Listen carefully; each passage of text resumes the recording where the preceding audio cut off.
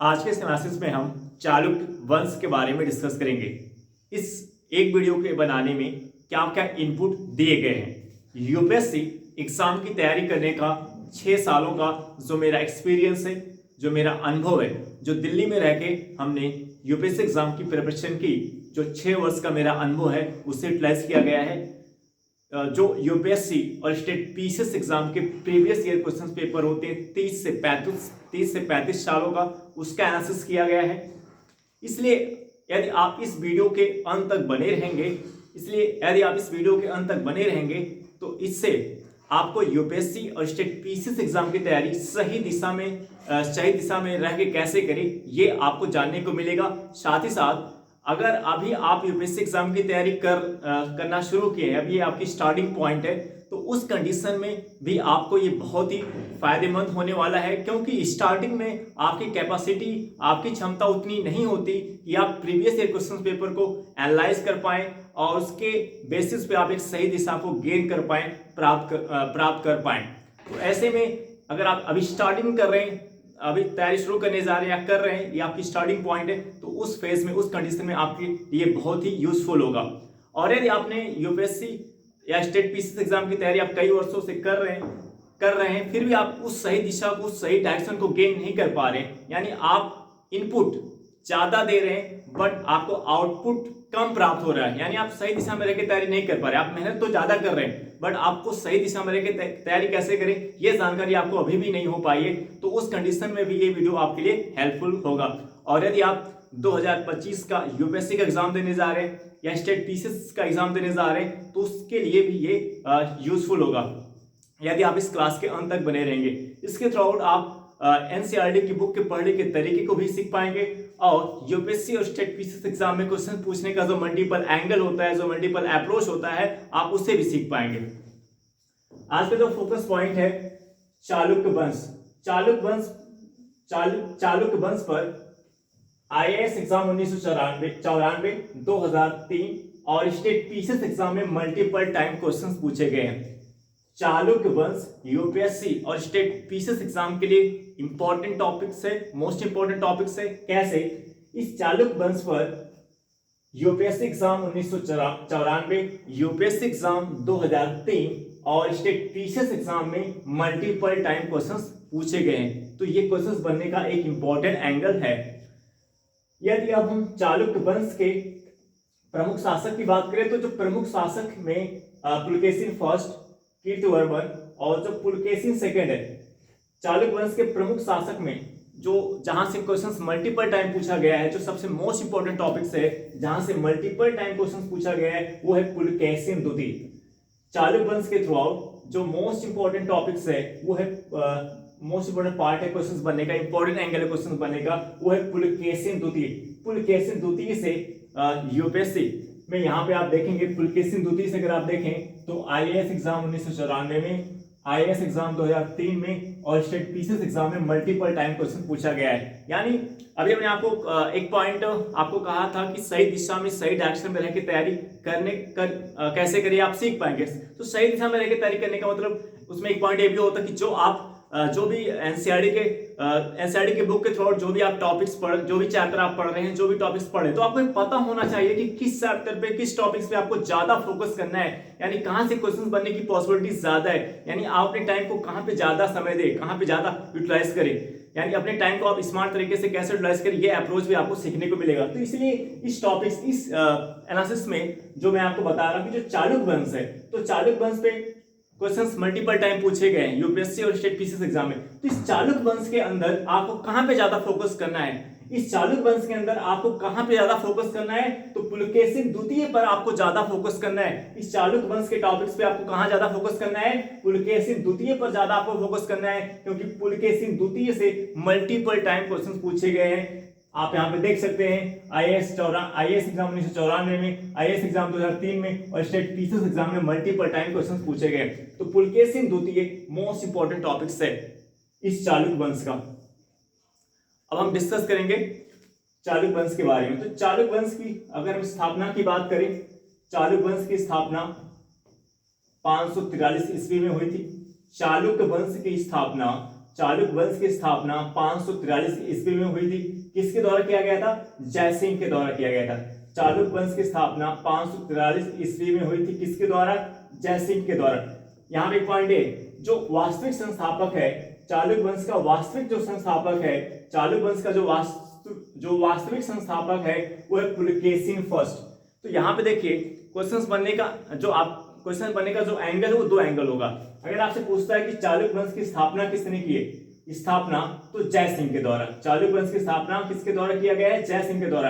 अगर क्वेश्चन इस एंगल से पूछता है कि चालुक्य वंश का वास्तविक संस्थापक कौन है, चालुक्य वंश का वास्तविक संस्थापक कौन है, तो किसका नाम आएगा? पुलकेशिन फर्स्ट का नाम आएगा। ठीक है, तो चालुक्य वंश के यदि हम प्रमुख शासक की बात करें तो चालुक्य वंश के प्रमुख शासक में पुलकेशिन फर्स्ट आता है, जो चालुक्य वंश का वास्तविक संस्थापक माना जाता है। कीर्तिवर्मन आता है, पुलकेशिन द्वितीय आता है, विक्रमादित्य आते हैं, विनयादित्य आते हैं और विजयादित्य आते हैं। और इन प्रमुख शासक पे आपको कहां पे ज्यादा फोकस करना है? पुलकेशिन द्वितीय पे आपको ज्यादा फोकस करना है। पुलकेशिन द्वितीय की टाइमलाइन की बात करें तो पुलकेशिन द्वितीय की टाइमलाइन 610 ईस्वी से 642 ईस्वी है। पुलकेशिन द्वितीय की टाइमलाइन 610 से क्या है? 642 ईस्वी है। और इस चालुक्य वंश की जो टाइमलाइन है, वो 543 ईस्वी से 753 ईस्वी है। चालुक्य वंश की जो टाइमलाइन है वो 543 ईस्वी से 753 ईस्वी है। जो टाइमलाइन होता है, ये टाइमलाइन भी क्वेश्चन बनने का एक इंपॉर्टेंट एंगल होता है। प्रत्येक वर्ष यूपीएससी हो या स्टेट पीसीएस का एग्जाम हो, प्रत्येक वर्ष टाइमलाइन पे आपको क्वेश्चन देखने को मिलते हैं, प्रत्येक वर्ष टाइमलाइन पे। तो टाइमलाइन एक इंपॉर्टेंट एंगल होता है क्वेश्चन बनने का। यदि पुलकेशिन द्वितीय की बात करें तो इनकी टाइमलाइन क्या है? 610 ईस्वी से 642 ईस्वी। पुलकेशिन द्वितीय के बारे में जानकारी, पुलकेशिन द्वितीय के बारे में जानकारी हमें कहां से प्राप्त होती है? ऐहोल अभिलेख से प्राप्त होती है। पुलकेशिन द्वितीय के बारे में जानकारी हमें ऐहोल अभिलेख से प्राप्त होती है। पुलकेशिन द्वितीय के बारे में जानकारी हमें ऐहोल अभिलेख से प्राप्त होती है। ऐहोल जो कर्नाटक का एक स्थान है, कर्नाटक की एक जगह है। ऐहोल जो है कर्नाटक का एक लोकेशन है, ऐहोल कर्नाटक का एक स्थान है। और अभिलेख क्या होता है? अभिलेख जो होता है पत्थर पे लिखा हुआ जो लेख, पत्थर पे लिखे हुए लेख को शिलालेख या अभिलेख के नाम से जाने जाते हैं। अभिलेख क्या होता है? पत्थर पे लिखा हुआ क्या होता है? लेख होता है। तो इसलिए हम इसको क्या बोलते हैं? ऐहोल अभिलेख। इस ऐहोल अभिलेख के बारे में अगर हम बात करें तो इसकी जो भाषा है वो है संस्कृत। ऐहोल अभिलेख की भाषा क्या है? संस्कृत है।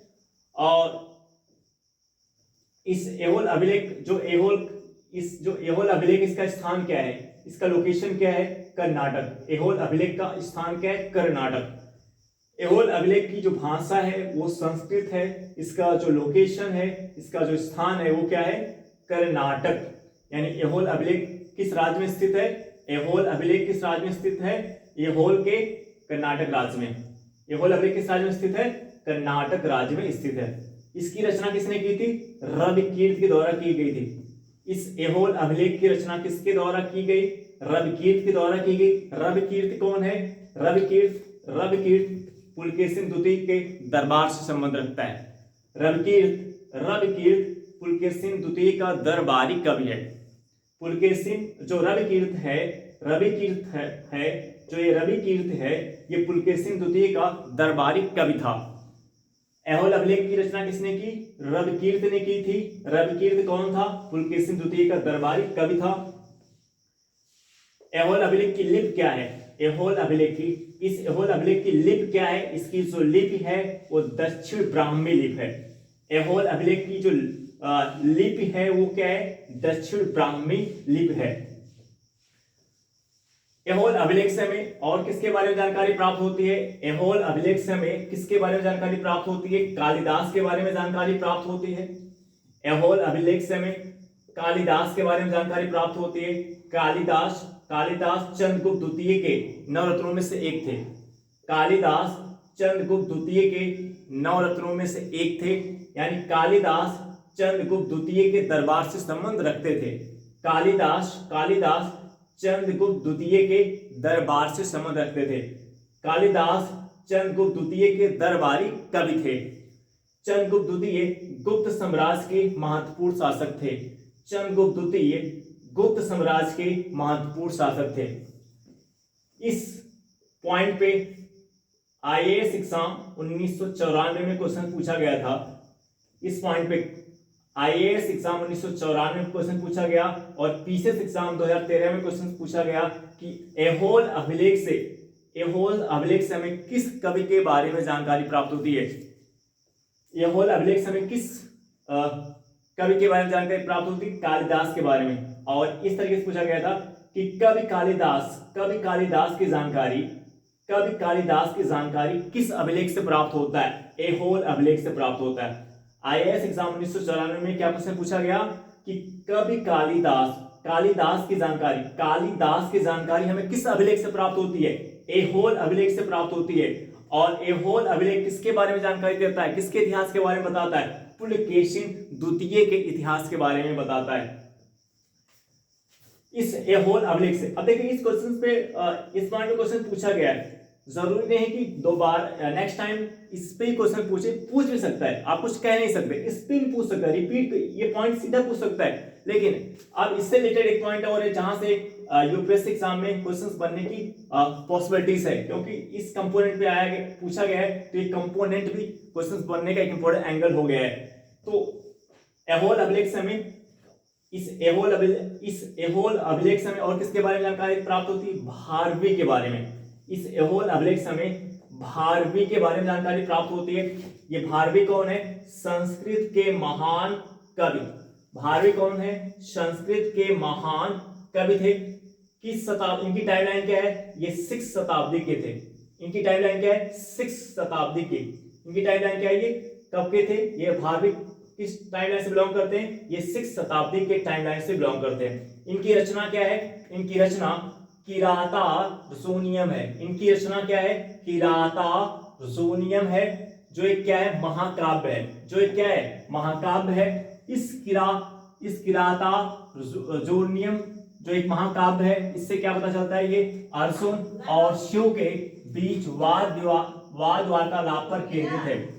ये जो महाकाव्य है ये अर्जुन और शिव के बीच वाद वार्तालाप पर केंद्रित है। अब देखिए यहाँ पे एक पॉइंट आप देखिए, क्वेश्चन तो सीधे पूछा गया था कि जो कालिदास है वो किसके दरबार से संबंध रखते हैं। क्वेश्चन सीधे पूछा गया था कि कालिदास किसके दरबार से संबंध रखते हैं। क्वेश्चन ये पूछा गया था कालिदास की जानकारी हमें किस अभिलेख से प्राप्त होती है? कालिदास की जानकारी हमें किस अभिलेख से प्राप्त होती है? एहोल अभिलेख से। लेकिन अब इतनी गहराई में जाने के पीछे का क्या कारण है? इतनी गहराई में जाने के पीछे कारण ये है कि जरूरत नहीं है कि सीधे क्वेश्चन इसी पे आए, तो इसलिए इसकी गहराई में भी आपको गहराई में कैसे उतरते हैं, जब आप प्रीवियस क्वेश्चन पेपर को एनालाइज करते हैं, तो उसकी गहराई में कैसे उतरते हैं ये एंगल आप देख सकते हैं। ये गहराई में उतरने का एंगल होता है। इस एंगल से आप गहराई में उतर सकते हैं, और जब इस एंगल से आप गहराई में उतरेंगे तो अगर इस टॉपिक्स पे क्वेश्चंस यानी इस एहोल अभिलेख के किसी भी एंगल से, ये जो एहोल अभिलेख का मल्टीपल एंगल आपको यहाँ पे देखने को मिल रहा है, किसी भी एंगल पे अगर आपसे क्वेश्चन पूछता है तो आपका क्वेश्चन गलत नहीं होगा। तो प्रीवियस ईयर क्वेश्चन पेपर जब आप एनालिसिस करते हैं तो सरफेस टू सरफेस एनालिसिस नहीं करना है कि जैसे क्वेश्चन दिया था उसका आंसर आपने रट लिया, एनालिसिस हो गया। एनालिसिस ऐसे नहीं करते। जैसे क्वेश्चन क्या था कि कालिदास की जानकारी किस अभिलेख से प्राप्त होती है? एहोल अभिलेख से। अब आपने इसको रट लिया तो इससे काम नहीं चलेगा। आपको इसकी गहराई में उतरना पड़ेगा। आपको इस अभिलेख के बारे में और इंफॉर्मेशन कलेक्ट करनी पड़ेगी कि एहोल अभिलेख इसकी भाषा क्या है, इसकी रचना किसने की, इसका लोकेशन क्या है, इसमें किस लिप क्या है इसकी, ये भी एंगल हो गया। और किसके बारे में जानकारी प्राप्त होती है, तो यहाँ पे एक्स्ट्रा पॉइंट आपको सीखने के मतलब भारवी। तो आप सतह से सतह केवल एनालिसिस नहीं करें कि आपने जो क्वेश्चन दिया गया है आप उसी को रटते चले जा रहे हो, उसके आंसर, उस क्वेश्चन के अंदर जो आंसर दिए गए हैं उस आंसर के डेप्थ में नहीं जा रहे हो। अगर आप सरफेस टू सरफेस यानी सतह से सतह रह के केवल पढ़ाई करते हो तो ये आपके लिए यूजफुल नहीं होगा, यानी आप गलत डायरेक्शन में रह के कर रहे हो। तो जो भी प्रीवियस क्वेश्चन पेपर आप सॉल्व करें उसकी गहराई में उतरें। गहराई में कैसे उतरते हैं ये मैं बताना चाह रहा हूँ, इस तरीके से आप गहराई में उतरते हैं। आप यहाँ पे देख सकते हैं कि कैसे एक पॉइंट दूसरे पॉइंट से कनेक्टेड है, कैसे एक पॉइंट दूसरे पॉइंट से कनेक्टेड है। अब यदि हम बात करें पुलकेशिन द्वितीय की, तो अभी हमने आपको कहा कि पुलकेशिन द्वितीय एक इंपॉर्टेंट एंगल क्वेश्चन बनेगा, इंपॉर्टेंट टॉपिक से। तो पुलकेशिन द्वितीय की यदि बात करें, पुलकेशिन द्वितीय सबसे महान शासक थे। पुलकेशिन द्वितीय चालुक्य वंश के सबसे महान शासक थे। पुलकेशिन द्वितीय चालुक्य वंश के सबसे महान शासक थे। हर्ष के दक्षिण अभियान को नर्मदा नदी पर रोका। पुलकेशिन द्वितीय ने हर्ष के दक्षिण अभियान को नर्मदा नदी पर रोका। पुलकेशिन द्वितीय ने हर्ष के दक्षिण अभियान को नर्मदा नदी पर रोका और हर्ष को पराजित किया। पुलकेशिन द्वितीय ने हर्ष के दक्षिण अभियान को नर्मदा नदी पर रोका और हर्ष को पराजित किया। हर्ष कौन थे? ये हर्ष गुप्तोत्तर काल के महत्वपूर्ण शासक थे। ये जो हर्ष हैं, ये हर्ष कौन थे? ये हर्ष गुप्तोत्तर काल के महत्वपूर्ण शासक थे। इस एंगल पे क्वेश्चन पूछा गया है आईएएस एग्जाम 2003 में। आईएएस एग्जाम 2003 में क्वेश्चन पूछा गया कि किस शासक ने हर्ष को नर्मदा नदी पर रोका और उसे पराजित किया था। किस शासक ने क्वेश्चन क्या था? आईएएस एग्जाम 2003 में और पीसीएस एग्जाम में एक क्वेश्चन पूछा गया है कि आईएएस एग्जाम और पीसीएस एग्जाम में क्वेश्चन पूछा गया है कि किस शासक ने हर्ष को नर्मदा नदी पर रोका और उसे पराजित किया। तो वो कौन है? पुलकेशिन द्वितीय। वो कौन है? पुलकेशिन द्वितीय। चालुक्य वंश का महान शासक, चालुक्य वंश का सबसे महान शासक पुलकेशिन द्वितीय ने हर्ष को नर्मदा नदी पर रोका और उसे वहां पे पराजित किया। तो हर्ष जो गुप्तोत्तर काल का एक महत्वपूर्ण शासक था, इसको किसने पराजित किया था? पुलकेशिन द्वितीय ने पराजित किया था। नेक्स्ट पॉइंट है पुलकेशिन द्वितीय के बारे में जो जानकारी और हमें कहां से प्राप्त होती है? पुलकेशिन द्वितीय के बारे में जानकारी और हमें कहां से प्राप्त होती है? महाकूट स्तंभ लेख से प्राप्त होती है। इस अभिलेख से हमें यह जानकारी प्राप्त होती है कि पुलकेशिन द्वितीय ने, देखिए, महाकूट स्तंभ लेख से भी हमें पुलकेशिन द्वितीय के बारे में जानकारी प्राप्त होती है। किस अभिलेख से पुलकेशिन द्वितीय के बारे में जानकारी प्राप्त होती है? और किस अभिलेख से पुलकेशिन द्वितीय के बारे में जानकारी प्राप्त होती है? महाकूट स्तंभ लेख से हमें पुलकेशिन द्वितीय के बारे में जानकारी प्राप्त होती है। हमें इससे क्या जानकारी प्राप्त होती है? इससे हमें यह जानकारी प्राप्त होती है कि पुलकेशिन द्वितीय ने अग्निशोष्टम यज्ञ को संपन्न करवाया। इससे हमें क्या जानकारी प्राप्त होती है? इससे हमें यह जानकारी प्राप्त होती है कि पुलकेशिन द्वितीय ने अग्निशोष्टम यज्ञ को संपन्न करवाया था। तो अब एक क्वेश्चन बनने का एंगल क्या हो गया कि अग्निशोष्टम यज्ञ को किसने संपन्न करवाया था? पुलकेशिन द्वितीय ने संपन्न करवाया था। इसकी जानकारी हमें किससे मिलती है? महाकूट स्तंभ लेख से मिलती है। और ये महाकूट स्तंभ लेख कहां पे स्थित है? बागलकोट में स्थित है। बागलकोट जिले में स्थित है। और ये जो बागलकोट जिला है, ये किस राज्य में? कर्नाटक राज्य में है। ये जो बागलकोट जिला है, ये किस राज्य में? कर्नाटक राज्य में स्थित है। किसके समीप है? बादामी के समीप है। ये जो बागलकोट जिला है, कर्नाटक राज्य में स्थित है। और किसके समीप है ये? बागलकोट किसके समीप है? बादामी के समीप है। बादामी क्या है? बादामी के बारे में अभी मैं आपको बताता हूं। तो यहां से आपको सीखने को मिल रहा है कि जो महाकूट स्तंभ लेख है, ये जो महाकूट स्तंभ लेख है ये कहाँ पे स्थित है? बागलकोट जिले में। बागलकोट कहाँ पे? कर्नाटक राज्य में है। बागलकोट बादामी के समीप है। ये जो बादामी है, ये बादामी है, ये चालुक्य वंश की क्या थी? राजधानी थी। तो पुलकेशिन जो चालुक्य वंश है, इस चालुक्य वंश की राजधानी क्या थी? चालुक्य वंश की राजधानी वातापी। चालुक्य वंश की जो राजधानी है वो क्या थी? वातापी। वातापी प्राचीन नाम है। चालुक्य वंश की राजधानी का प्राचीन नाम क्या था? वातापी। और वर्तमान नाम क्या है? बादामी। वर्तमान नाम क्या है? बादामी। तो चालुक्य वंश की राजधानी क्या? चालुक्य वंश की राजधानी का नाम क्या है? वातापी। वातापी प्राचीन नाम था। वातापी प्राचीन नाम था। आधुनिक नाम क्या है?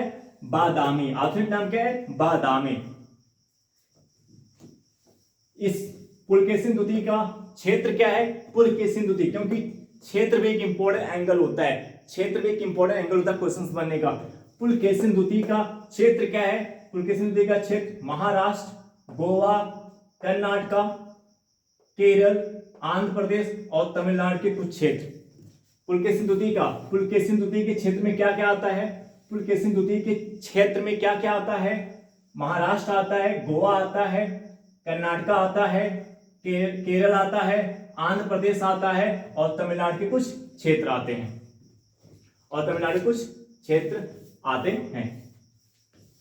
तो आई होप दैट ये एनालिसिस आपको समझ में आया होगा और आपको ये समझ में आया होगा क्वेश्चन बनने का एक पॉइंट हमने आपसे कहा था क्या सीख पाओगे आप यूपीएससी और स्टेट पीसीएस एग्जाम में क्वेश्चंस बनने का जो मल्टीपल एंगल होता है वो मल्टीपल अप्रोच सीख पाएंगे, क्योंकि जब तक आपके माइंडसेट में वो मल्टीपल एंगल नहीं होगा तब तक आप एनसीईआरटी की बुक जो आप पढ़ रहे हैं उस सही एंगल से पढ़ ही नहीं पाएंगे। एनसीईआरटी की बुक आप सही एंगल से उसके फैक्ट और उसके कॉन्सेप्ट को पढ़ नहीं पाएंगे।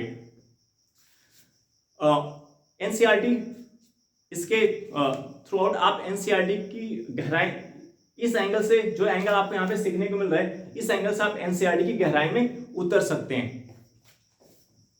आई होप दैट कि सभी पॉइंट हमने यहाँ पे डिस्कस कर लिया। कोई ऐसा पॉइंट है जो छूट रहा है? एक पॉइंट यहाँ पे ये देखिए एहोल, ये जो एहोल कर्नाटक में स्थित है, इसे मंदिरों का शहर भी कहा जाता है। एक इंपॉर्टेंट इंफॉर्मेशन है, आपको क्वेश्चन बन सकता है कि इंपॉर्टेंट फैक्ट है यहाँ से। एहोल जो कर्नाटक में स्थित है इसे क्या कहा जाता है? मंदिरों का शहर कहा जाता है। किस स्थान को मंदिरों का शहर कहा जाता है? एहोल को कहा जाता है। एहोल कहाँ पे स्थित है? कर्नाटक में। किस शहर को किसे मंदिरों का शहर कहा जाता है? मंदिरों का शहर किसे कहते हैं? एहोल को कहते हैं। एहोल कहाँ पे स्थित है? कर्नाटक में स्थित है। आई होप दैट ये एनालिसिस आपको समझ में आया होगा। अब आपसे नेक्स्ट वीडियो मिलेंगे। Okay bye.